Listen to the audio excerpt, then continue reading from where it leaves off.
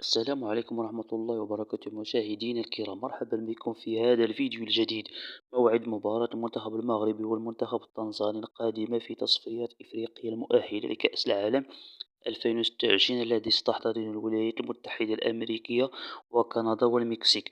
والقنوات الناقلة لهذه المباراة: يقع المنتخب المغربي والمنتخب تنزانيا في المجموعة الخامسة من تصفيات المؤهلة لكأس العالم 2026 رفقة كل من المنتخب الزامبي والمنتخب الكونغو والمنتخب النيجير، فيما انسحبت إريتريا من التصفيات. وسيحتضن ملعب بنجامين ماكابو بدار السلام في تنزانيا مباراة المغرب ضد تنزانيا في الجولة الثانية من التصفيات الإفريقية المؤهلة لكأس العالم 2026 يوم الثلاثاء 22 نوفمبر 2023 في حدود الساعة 8 مساء بالتوقيت المغربي. ومن المنتظر نقل هذه المباراة على قناة الرياضية المغربية.